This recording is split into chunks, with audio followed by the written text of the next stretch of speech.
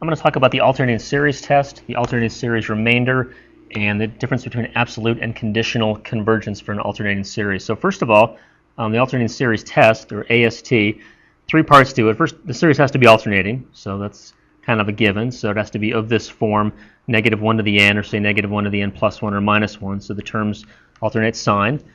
The limit as n goes to infinity of a sub n, so we're not including the alternating now, must approach 0. And lastly, each term must be less than or equal to the previous, and if these three things are true, then the series is convergent by the alternating series test. Now, if this fails, it doesn't necessarily indicate divergence, but if it works, then it does indicate convergence. So here's an example. The example we use is the alternating harmonic series. Now, we already know the harmonic series itself diverges. We showed that using the integral test originally, and also you see with the p-series test now where p is equal to 1. But if it's alternating, looks like this, then let's check the three things. Okay, series is alternating. Secondly, the terms are going towards 0, so ignoring now the alternating part, 1, half, third, fourth, fifth, sixth, and so on. It's getting smaller and smaller towards 0. And finally, each term is less than or equal to the previous one. So half's less than or equal to 1, third's less than or equal to half, and so on. And so therefore, the series converges. Turns out that it equals natural log of 2, which we'll be able to discuss later on when we get to power series. But for now, the point is that the series does converge. Here's another example. So we take a look at this. Series is alternating, so alternating, yes, check. Alternating here. The terms, each succeeding one's less than the previous one. As n gets bigger, the numerator grows more slowly compared to the denominator. This is going to grow fast. N is going to grow faster than rad n, so each term will be less. These are a little out of order. And then as n goes to infinity, because this is of a lower power than this, it will go to 0. So therefore, it converges by the alternating series test.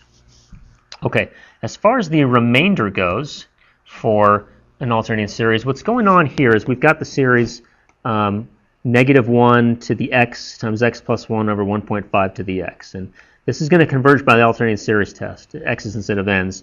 Now, as far as the picture, the blue bars are each individual term of the sequence, and the red is a graph of the partial sums. And so adding on terms, just look at the red line, not the blue. That doesn't really help you. Notice that we seem to be converging towards this value here, and it makes sense. It does converge by the alternating series test. But as far as a remainder, the idea of a remainder is how far off are we? Or not how far off are we, but what's the most off we could be? You never really know exactly how far off you are unless you know the exact sum, but you want to get a range for how far off you could be, the biggest possible. And the idea is that because the terms are alternating, negative, positive, and so on, we, at this point, after 11 terms, we must be below the correct value because we do another one, we overshoot. Now we must be above the correct value because our next term will be negative. We overshoot negative. So each time we're always overshooting the exact value of the series, but we're getting closer and closer. But because we keep overshooting, and we can see that again over here, where the blue dashed line would basically be the exact value, and we're always too high then too low, too high, too low, then the remainder after n terms must be less than or equal to the value of the next term.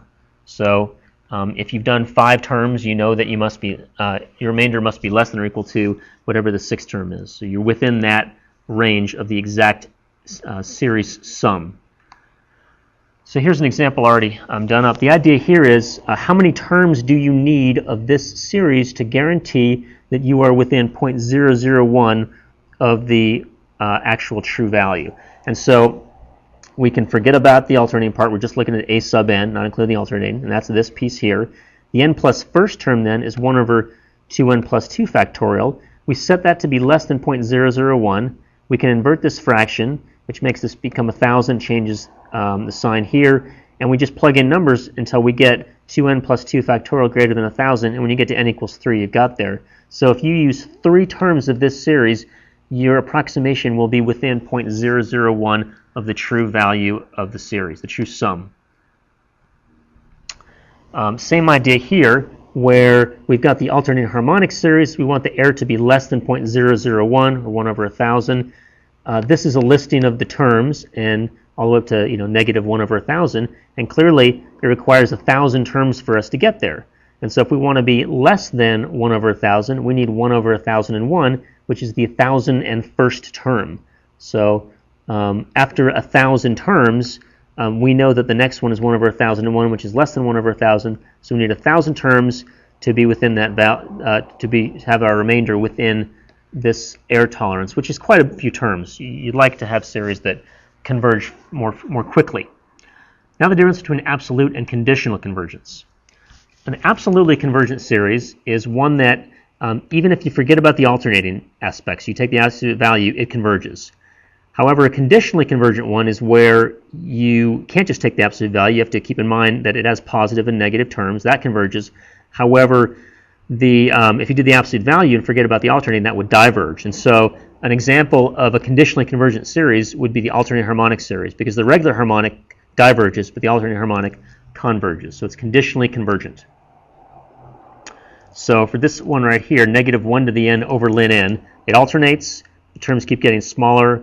Limit as n goes to infinity is 0. So it converges by the alternating series test. However, if you forget about the alternating, you can do a direct comparison test by showing that this series here is bigger than our harmonic series, or our p series, p equals 1, because ln n will always be smaller than n, so 1 over ln n will be bigger than 1 over n. And so the absolute value of the series diverges, therefore this original series is conditionally convergent.